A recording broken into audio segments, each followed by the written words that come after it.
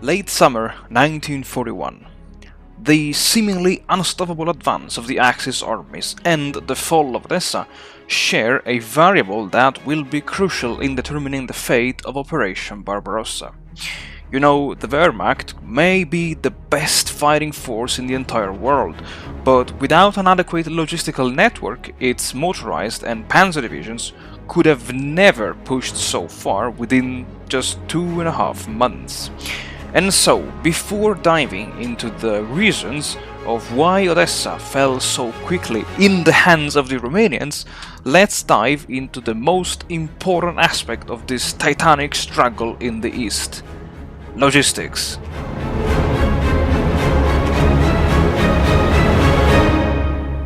Howdy folks, welcome back to the channel and welcome to the second special episode of this War in the East 2 Grand campaign.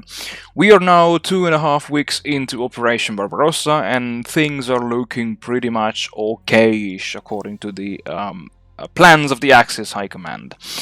But so, since one of you guys asked me to do this episode, I decided to condensate into this episode 2/3 topics, which are not really related, but yeah, I would say indirectly the second one is related to the first one, which are logistics and brackets also railways, and the second topic will be the battle, or to be more precise, the battles of Odessa. Now, coming to the management of the supply system, besides playing around with the supply priority, and besides not refitting any of my units, the best way to go in the Grand Campaign is to have, as I mentioned in one of my advanced tutorials, is to have a layer of depots behind the main front line, and to make sure that your units can fetch freight from ideally multiple depots instead of either competing for just one depot or being forced to send their vehicles to fetch the freight from depots which are far behind the main front line.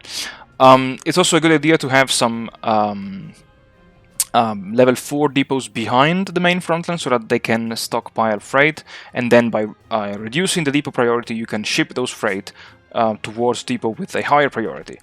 And pretty much I would say that's it concerning depots. Remember always to control level 2 rail yards. In this mod Orsha has a level 3, but if you play my historical order of battle mod, also in that mod you have the level 3 rail yard in Orsha. Of course Smolensk, Vitebsk, Veliki Luki, Novgorod, I think, yes, I think Shimsk, exactly, and of course Leningrad, but Leningrad's railway will have to wait for the time being. Yeah, you need to conquer these hexes and repair them as soon as possible, and of course, yeah, just use them to concentrate and deliver the freight to your units. One small tip that I found while recording the Grand Campaign is that by how to speed up repairs of damaged infrastructures. Just assign more construction battalions. I never tested it before. I never made an advanced tutorial for this because I thought it was not very... it would have not been interesting for you guys, but you know, it can help some of you in dealing with the Grand Campaigns. Regarding the units, since one of you guys asked me if I was planning to refit my units. No, wait, sorry, I need to remove this support, transfer, multi of map. Yeah. Let's also remove the army fronts, the corps, and the army, so just to have only the combat units. And if we now look at the TOE, I think that, yeah, okay, so the most damaged one is the 9th Panzer Division, which has, yeah, roughly 66 out of 90% of its TOE already, because of the setback at Odessa of last week, basically. And overall, also the 12th and the 20th, as you can see, I have 3 Panzer divisions in the top 5 list of units with a pretty low TOE.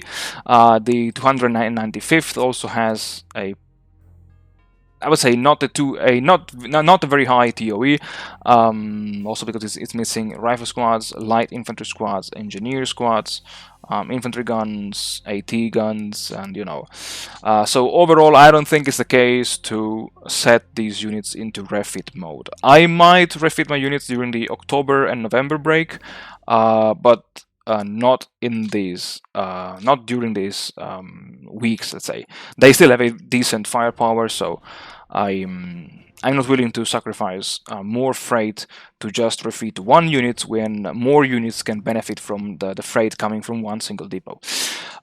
Talking about the railways, you guys may have seen that I, at the beginning of this campaign, I was undecided whether to send the FPD 3, the one which starts, I think, in this area here, southwards to aid the FPD 1, or northwards to promote the advance of the 2nd Panzer Group. Now, in retrospective, I think it was a good decision to send the FPD 2 along the Brest-Litovsk, Minsk, Orsha, Smolensk railway line. What I think was a bad decision from my side was to repair the railway until Molodechno, and then not to link the Molodechno-Minsk railway line, because Minsk has a pretty decent rail yard, and this would have maybe allowed me or allowed Guderian's 2nd Panzer Group to advance southwards maybe 1 turn earlier. But anyway, now I cannot, let's say, go back in time. What has been done, and I'm not reloading an old save just for the sake of fixing this mistake. Now, while this in turn allowed Hoth's 3rd Panzer Group to advance pretty much deeper than expected into the enemy territory, at the same time, the fact that the 2nd Panzer Group had to rest and I would say refit, quotes, let's say in air quotes, refit for 2 weeks. On one hand, it reduced the attrition, the combat attrition of the 2nd Panzer Group. It allowed me to stockpile more equipment in terms of AFVs and guns and maybe even infantry. And at the same time, it allowed me to bring on the other side of the Dnieper the bulk of von Kleist's 1st Panzer Group, which was, I think, let's say, in retrospective, while looking at what happened in the past weeks, was, I would say, maybe the best case scenario. And of course, in terms of railway lines, I said it once, I will say it again, you have to focus on the double-tracked railway lines. Focus on the Minsk-Smolensk railway line, focus on the Polotsk, Vitebsk, Veliki Luki, in this case the Andriapol, Torpets, and if you want to push beyond Ostashkov, you can do it, but ideally, yeah, you can. If you can reach this area and then you can swing towards Torzhok and Kalinin, it's equally good. Just remember to take Rzhev for the 10 victory points. While in the south, the situation was a little bit more challenging, let's say, because I was a bit undecided whether to carry on the Kiev, Konotop, Sumy, I would say, Lgov railway line, but then I decided to swing southwards to support the Kiev, Dnipropetrovsk, and then ideally Stalino section of the railways. And I would say, yes, that's it concerning the railways. Oh yeah, so one last thing. The FBD 3 or 2, I think this is the 3, yeah, exactly. The FBD 3 is now swinging southwards. The idea is to repair the Vorozhba Sumy and then ideally link up to Kharkiv in the near future. And coming to the, let's say, hot topic of the past week and of this week, the fall of Odessa in the hands of the Romanians. Now, I don't remember in my tutorials when did Odessa fall, but let's quickly have a look at the battle of last week. Okay, so here we are. This is, say, exactly turn number 9, and if we have a look at the combat, let's say, after action report, okay, the fortification of Odessa went from a level 3 to a level 2. It's interesting to see that the Romanians nearly had, or I'd say roughly had 100,000 men more compared to the defending Soviets, and of course they lost an let's say double the amount, almost double the amount of men, but they've lost less guns compared to the Soviets. And if we have a look at the details, again, I've never done an advanced tutorial on this.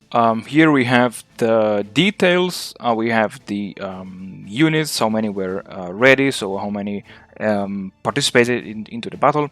Here we have the fire per elements, or fires per element, hits per element, the total, the units. So in case of hits, we have the high explosive and the armor piercing.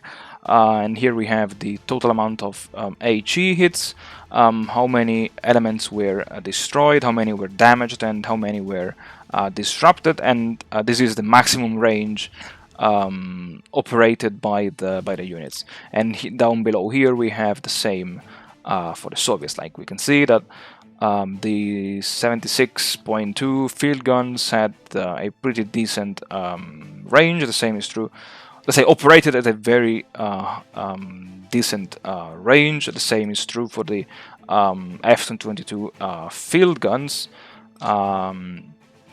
And overall, we can say that our infantry is the one that did the bulk of the job, together with the 60 millimeters mortars. While again, also from the Soviet side, the mortars were, and also the howitzers. So it seems that the Soviets relied mostly on their artillery to inflict damage on us, while we relied mostly on the infantry. Regardless of this, this is, let's say, the outcome of the battle of last week. What I think it happened also this week, or I would say last week, but in this after action report, and is not shown here, is that the Soviets had to consume a lot of ammunition in repelling our first offensive. Because if we now look at the after action report of, I would say, this week, well, this is what the situation looks like. Okay, we lost only 133 men, 2 guns, while the rest were basically just taken prisoners. And if you now look at the ground combat, again, the infantry is the one that did the bulk of the job, and in this case, yes, like the Soviet defenders simply just collapsed. And as again, I don't know into the I don't know the let's say the mechanic of the urban battles, but I think that the lack of ammunition is what triggered the sudden collapse of the Odessa's garrison. Was it luck? I don't think so. Was it careful planning and execution? Maybe. The goal of, as I said in the advanced tutorial, the goal of seizing Odessa quickly is to isolate it as soon as possible and then interdict these 2 sea hexes with your naval bombers. You can use the where is it? The Fliegerführer Ost, which I didn't even use, say, in this campaign. I just used the 27th Kampfgeschwader and the fighters of the 77th Jagdgeschwader to just interdict these two hexes and make sure that no single ship could ever reach the port of Odessa. And I would say that's already it for this special episode. If you guys have any wish, any idea for any new special episode that you think I should cover, especially during the, I would say, fall, winter, and spring months, where I think there won't be much going on the Eastern Front, please let me know in the comments below, and I will be more than happy to satisfy your wishes. Until then, folks, thank you very much for watching, thank you very much for supporting the channel, I wish you all the best, and as always, I hope to see you all again next week.